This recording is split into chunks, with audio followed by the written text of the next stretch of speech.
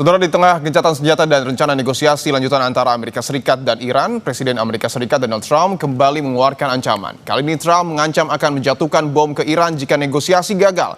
Bagaimana pengaruh ancaman Trump ke Iran? Kita bahas bersama Sekjen IKAL Strategic Center, Laksda Purnawirawan TNI Surya Wiranto dan peneliti Asia Middle East Center, Pizarro Gozali. Bapak-bapak, selamat petang semua. Selamat petang, Mas Dipo. Oke, saya ingin ke Pak Pizarro terlebih dahulu bahwa Iran kembali menutup Selat Hormuz setelah sebelumnya kita tahu dibuka. Informasi ini betul terjadi, Pak Pizarro?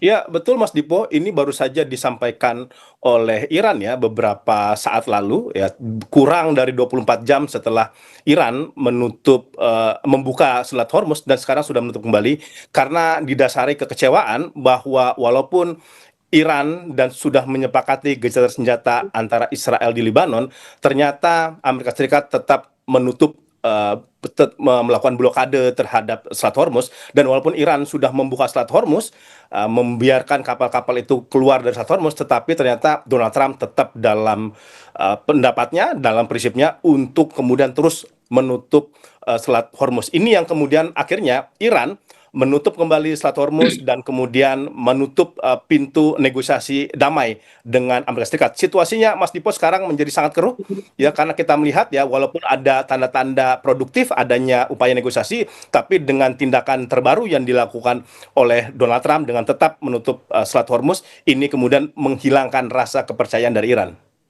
Oke, apakah artinya bagaimana Anda memaknai keputusan yang kemudian diambil oleh Garda Revolusi Iran untuk menutup kembali Selat Hormuz jelang negosiasi tahap kedua? Iya, ini bagian dari taktik sandera yang dilakukan oleh Iran kepada Amerika Serikat. Karena kita mengetahui ya, blokade total yang dilakukan oleh Trump terhadap Selat Hormuz itu sebenarnya bagian dari upaya menekan Iran agar kemudian melunak di dalam negosiasi perundingan gencatan senjata fase kedua yang digadang-gadang, Mas Dipo, akan dilakukan pekan depan. Ya, tetapi kemudian kita mengetahui ya bahwa Iran tidak mau kena jebakan Amerika Serikat, dia balik menyandra Amerika Serikat agar kemudian perhatian dunia internasional kembali kepada Selat Hormuz, dan Iran ini ingin memberikan pesan sebenarnya bahwa mereka tuh siap negosiasi, mereka membuka kembali Selat Hormuz, mereka mau melakukan negosiasi, tetapi ketika Amerika Serikat tetap dalam prinsipnya memblokade Selat Hormuz, maka kemudian Iran harus mengambil jalan ini agar kemudian leverage yang dimiliki Iran itu bisa setara dan Iran keluar dari tekanan yang dilakukan Amerika Serikat jelang gencatan senjata. Ya, tapi saya ingin tanyakan lagi, Pak Pizarro, bahwa kita tahu yang mengumumkan Selat Hormuz ini kembali dibuka adalah Menlu Iran Abbas Araghchi, sementara yang menutup kembali adalah Garda Revolusi Iran. Anda memaknai kondisinya seperti apa di internal Iran saat ini? Apakah ada faksi-faksi yang kemudian terbagi atau seperti apa? Iya, secara umum kalau kita lihat sekarang, Mas Dipo, ya, tongkat diplomasi yang dilakukan oleh Iran itu ada di faksi militer ya. Kalau kita lihat bahkan sekarang dalam negosiasi gencatan senjata fase kedua, ini yang ditunjuk Pakistan pun juga Asim Munir. Ini panglima tingkat tinggi Pakistan ya, yang ada di wilayah Pakistan. Artinya pendekatan dalam negosiasi gencatan fase kedua itu lebih kepada teknis gencatan senjata secara pertahanan dan keamanan. Makanya kemudian Asim Munir ini sudah mengakhiri kunjungan kerja 3 hari ke wilayah Teheran, yang ditemui, yang kemudian diajak dialog itu faksi IRGC ya, faksi militer yang ada di Iran ya. Jadi kalau kita lihat ya, walaupun memang tongkat diplomasi ini kebanyakan dimainkan oleh Abbas Araghchi, itu tidak boleh lepas juga dari skenario dan rancangan keamanan yang kemudian sudah dibuat oleh IRGC. Karena sekarang gini, Mas Dipo, kalau kita melihat Iran sekarang itu, kalau bahasa simpelnya itu pemerintahan IRGC itu military state, itu bukan sekedar teokrasi state gitu, karena tongkat kekuasaan sekarang Mujtaba Khomeini, dia punya hubungan yang kuat dengan IRGC dan dia juga memegang kendali diplomasi sekarang ke Amerika Serikat dengan menonjolkan sisi-sisi dari faksi-faksi pertahanan gitu. Ini kemudian makanya tidak aneh kemudian IRGC dan juga pihak keamanan dari Iran yang mengumumkan kembali ditutupnya blokade Hormuz ini sebagai pesan bahwa Iran tidak mau didikte oleh Amerika Serikat, bahwa ini pesan bahwa Iran tidak bisa kemudian dikontrol oleh Amerika Serikat, dan ini kemudian juga menjadi pesan kepada para mediator terutama Pakistan bahwa selama Amerika Serikat masih melakukan blokade Selat Hormuz, mereka juga tidak akan pernah mau kemudian melakukan negosiasi di Islamabad. Baik, saya ingin ke Pak Surya. Pak Surya, bahwa tadi disebutkan ketika Garda Revolusi Iran kembali menutup Selat Hormuz, ini memperkeruh situasi di Timur Tengah. Anda sepakat dengan hal ini, Pak Surya? Ya, saya sepakat dengan hal ini karena memang Trump ini cara berulang-ulang ya mengeluarkan pernyataan keras ya kalau saya monitor sejak 28 Februari yang lalu, ancaman itu menghancurkan pembangkit listrik, misalnya jembatan, infrastruktur, ya dalam 1 malam, dalam 4 jam, ya. Kemudian ingin mengembalikan Iran itu ke peradaban zaman lalu, ya, dalam 1 malam gitu ya, kembali ke zaman batu. Dan baru-baru ini Trump juga tidak akan memperpanjang gencatan senjata, ya. Ya. Kemudian blokade di Strait Hormuz akan tetap berlanjut dan kita mungkin harus mulai menjatuhkan bom lagi. Itu infonya. Jadi satu sisi Amerika itu kan mengikuti langkah Iran ya untuk blokade. Nah, dia blokade yang katanya sampai ke Strait Hormuz. Saya juga nggak yakin karena Strait Hormuz itu demikian sempit dan sudah dijaga dengan ranjau-ranjau dan sebagainya. Makanya dia berada di perairan Oman ya. Nah, kalau Iran ini sudah membuka gitu ya, mestinya kan dia juga buka. Di kapal yang keluar masuk itu bebas. Jangan dibuka sama Iran, diblokade sama Amerika Serikat. Tapi dia minta damai. Bagaimana Iran mau? Iran saat ini itu sudah bosan dengan ancaman-ancaman itu ya. Ya. Jadi dia tetap tutup kembali gitu. Dia bersikap keras ya. Oke, tadi Pak Surya sudah Apa yang menyebutkan diminta bahwa ya, Pak Surya tadi sudah menyebutkan bahwa Trump, Presiden Amerika Serikat, sudah sejumlah kali, beberapa kali mengancam Iran. Dan yang terbaru kita tahu bahwa akan menjatuhkan bom ke Iran jika negosiasi tahap kedua pada 22 April mendatang gagal. Anda melihatnya ini sebagai sebuah ancaman serius atau hanya gertakan saja? Kalau saya lihat ini beberapa kali ancaman kan tidak terbukti ya. Kayak yang terakhir tadi saya bilang, oh kalau deadline tidak dipenuhi, kamu akan saya kembalikan ke zaman batu ya. Nah, buktinya tidak gitu loh ya. Kemudian blokade juga kalau kita lihat. Kalau namanya blokade selat itu ya di selatnya seperti yang dilakukan Iran.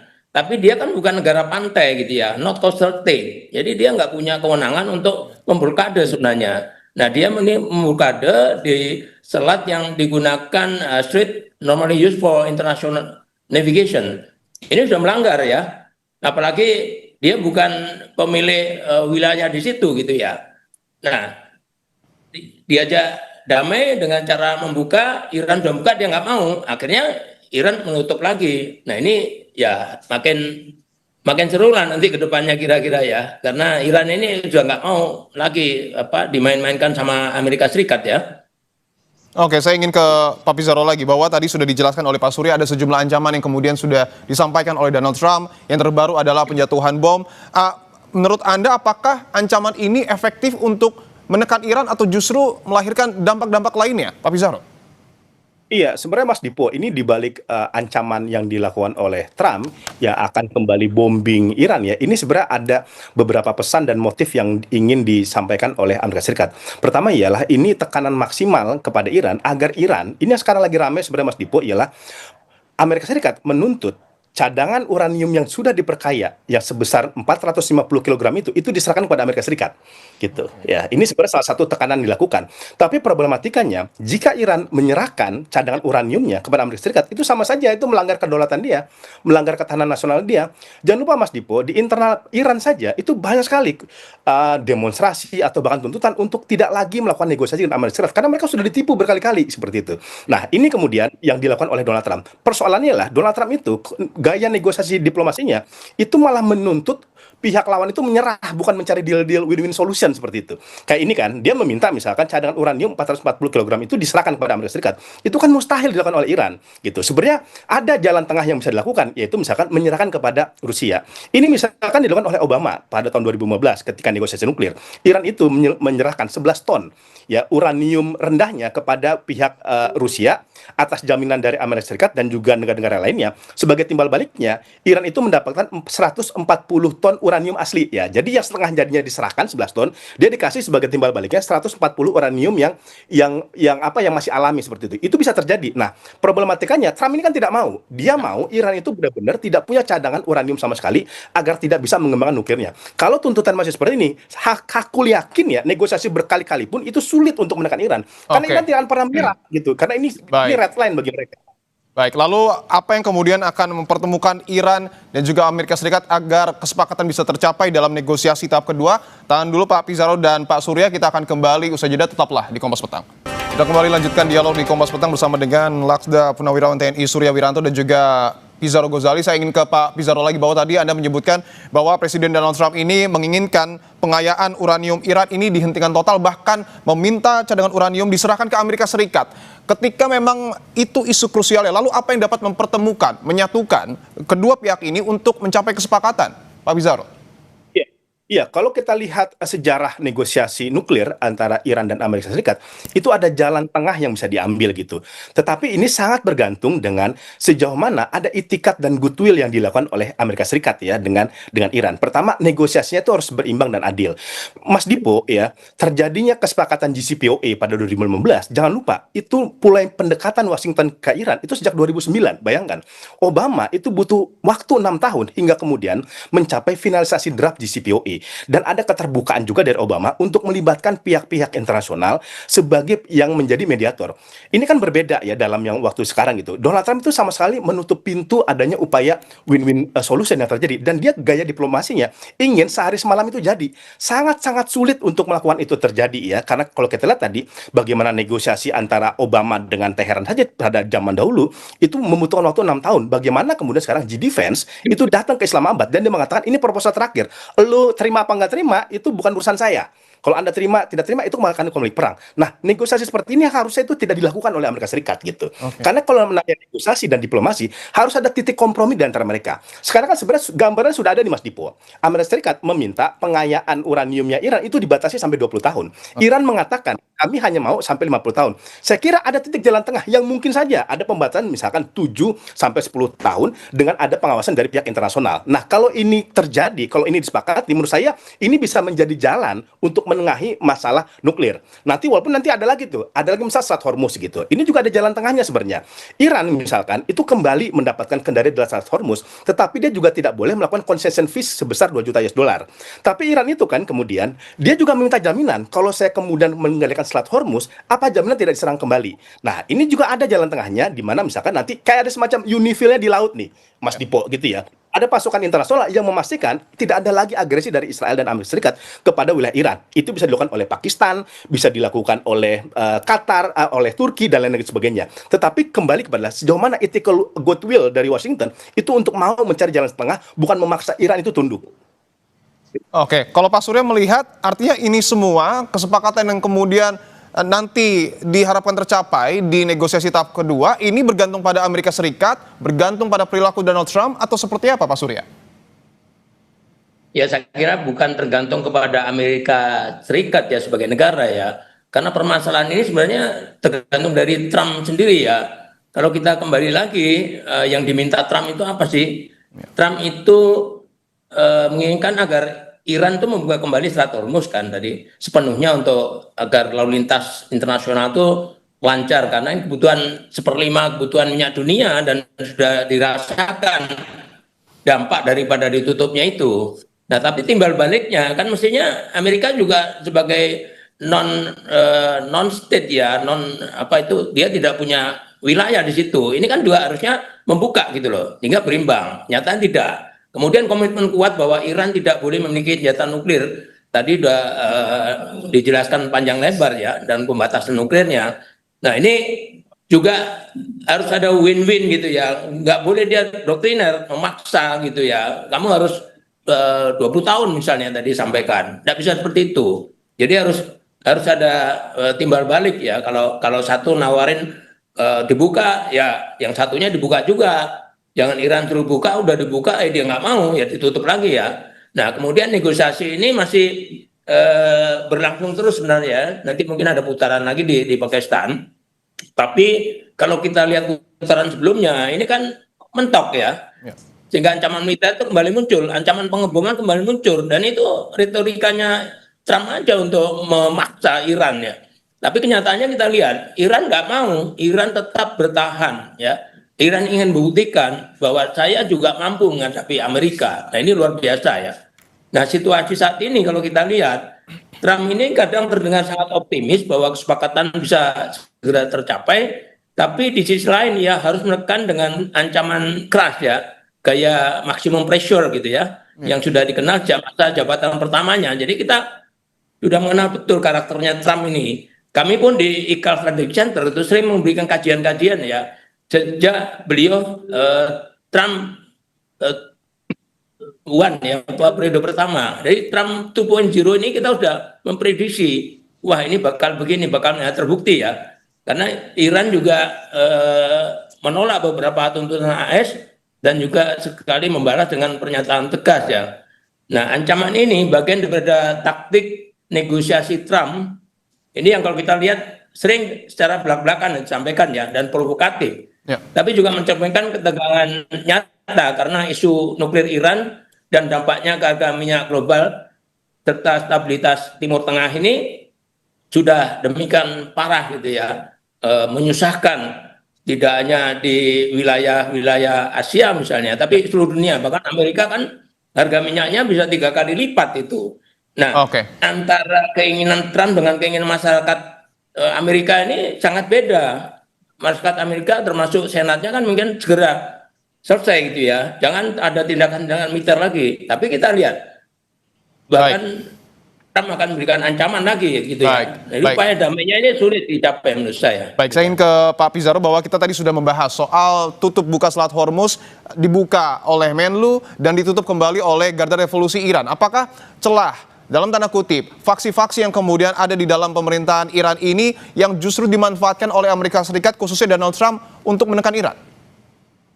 Iya, memang kalau kita lihat ya, Amerika Serikat kan memang memiliki pendekatan ataupun target melumpuhkan kekuatan militer yang ada di Iran ya. Laporan investigasi New York Times itu sangat menarik, Mas Dipo, kalau kita lihat ya, bagaimana kemudian ide untuk melakukan serangan kepada Iran itu datang dari Netanyahu. Tujuannya apa? Untuk melakukan degradasi kemampuan militer yang dimiliki oleh Iran, gitu.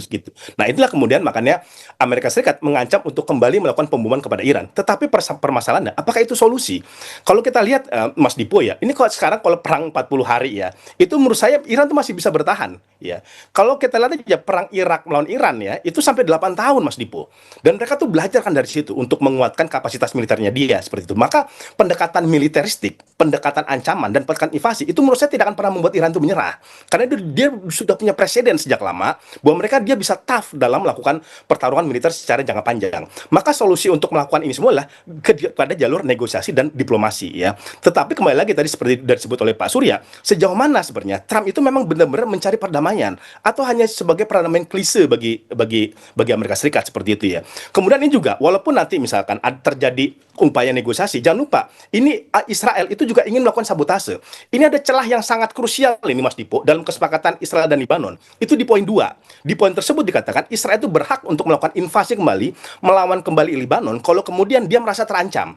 Persoalannya kan itu sering sekali kemudian retorika itu direkayasa oleh Iran seolah-olah dia terancam, tapi ini justifikasi dia untuk melakukan serangan kepada Lebanon dan juga kepada Iran. Bukankah 28 Februari itu serangan kepada Teheran itu dilakukan oleh Israel? Seperti itu ya, kemudian akhirnya diikuti oleh Amerika Serikat gitu. Jadi banyak sekali variabel-variabel yang harus dipastikan bahwa gencatan senjata ini bisa berjalan dengan damai, bisa berjalan dengan lancar. Tentunya juga problematikanya lah, menurut saya Pakistan ini tidak cukup ya, perlu menggandeng negara-negara yang lain. Kalau kita lihat dulu kesepakatan JCPOA 2015, itu ada Rusia di situ dilibatkan, ada Tiongkok dilibatkan, ada Jerman dilibatkan, ada Prancis dilibatkan. Jadi pihak-pihak yang mengawal, yang melakukan pengawasan itu banyak, Mas Dipo. Dan ini yang sekarang tidak diinginkan oleh Donald Trump. Dia kan maunya tuh head to head saja. Dia langsung sama Iran, penengahnya tidak begitu banyak karena dia memang punya impian memang untuk menghancurkan beberapa kekuatan-kekuatan ekonomi, nuklir dan juga fasilitas lainnya. Oke, saya ingin ke Pak Surya bahwa tadi disebutkan sebenarnya solusinya ada 2. Yang pertama adalah melalui jalur negosiasi termasuk juga diplomasi. Tapi di sisi lain Selat Hormuz kembali ditutup. Apakah kemudian respon dari Donald Trump, analisa Anda, apakah tetap akan menggunakan pendekatan militer atau justru mungkin saja membuka jalur negosiasi dan diplomasi? Ya kalau saya lihat upaya negosiasi itu nampaknya kok jauh ya, jauh daripada harapan ya. Kita udah lihat berapa kali itu negosiasi gagal malah ngancam lagi ya. Tapi sampai ngancam dia ngajak negosiasi lagi. Nah, tindakan-tindakan militer ini yang digunakan sebagai ancaman ini masih dipegang sampai sekarang ya. Buktinya tadi kalau negosiasi nggak tercapai saya akan bom lagi. Nah, ini yang mampu memberhentikan, saya kira ya memang rakyat atau masyarakat Amerika sendiri ya, memberhentikan tingkah laku presidennya ini. Kalau tadi dikatakan diplomasi kita jangan hanya ke Pakistan, nah, saya setuju ya dengan negara-negara lain. Tapi saya kok nggak yakin dengan tingkah laku sikap Trump yang demikian keras gitu ya terhadap musuhnya gitu ya. Waktu itu kan, waktu serangan 28 Februari kita kan juga gak mengira. Kita hanya mengira bahwa, oh ini masih perundingan gitu ya, masih nakut-nakuti, tiba-tiba diserang beneran gitu ya. Oke. Dan upaya damai juga nggak selesai-selesai sampai sekarang. Ini agak sulit memang. Oke. Karena pribadi Trump itu sendiri yang menyebabkan permasalahan ini berkepanjangan seperti ini. Oke, prediksi Anda Pak Surya, ketika memang ada kesulitan, khususnya terkait dengan apa yang kemudian diputuskan oleh Donald Trump, ujungnya ketika gencatan senjata ini berakhir, selanjutnya akan seperti apa situasi di Timur Tengah ini, Pak Surya? Ya, kalau gencatan senjata ini sudah berakhir, saya kira situasi akan normal kembali ya. Normal kembali, termasuk apa yang dilakukan tuntutan-tuntutan Iran ini, mudah-mudahan bisa dipenuhi ya. Walaupun tidak semuanya, misalnya tidak 10, itu mungkin 3 aja yang paling penting itu bisa terpenuhi, perdamaian akan bisa dicapai ya. Tapi kalau kita melihat, ini kan Iran juga sudah bosan dengan janji-janji itu ya. Makanya senjata strategi itu di samping economic warfare ya, dia mencegah minyak itu juga geographic warfare dengan menutup Selat Hormuz tersebut. Itu membuktikan berhasil sampai sekarang ya, dengan kekuatan Iran yang di luar dugaan. Ya. Jadi dia akan tetap bermain di situ selama Amerika ini tidak konsisten dengan janji-janjinya ya, dengan diplomasi perdamaian ini. Kalau dia nggak konsisten, dia bukannya takut, diancam dibom lagi nggak takut. Ya, Oke, dia masih baik. punya pertahanan untuk bisa melawan. Tadi katakan 40 hari ke depan, oh masih mampu. Baik, baik. Dengan Iran sampai 8 tahun dan sebagainya ya. Baik. Jadi tetap Iran ini akan bertahan pada Ya. prinsipnya. Kalau kamu tidak mau diplomasi dengan baik, dengan damai, saya juga akan siap. Oke, baik. Demikian kira-kira. Baik, Iran akan tetap bertahan, tetapi di sisi lain Amerika juga mengancam akan mengebom Iran ketika negosiasi itu gagal, tapi tentu kita akan tunggu dan kita berharap akan ada deeskalasi yang terjadi di Timur Tengah. Terima kasih Laksda Purnawirawan TNI Surya Wiranto dan juga Pak Pizarro Ghazali telah bergabung di Kompas Petang.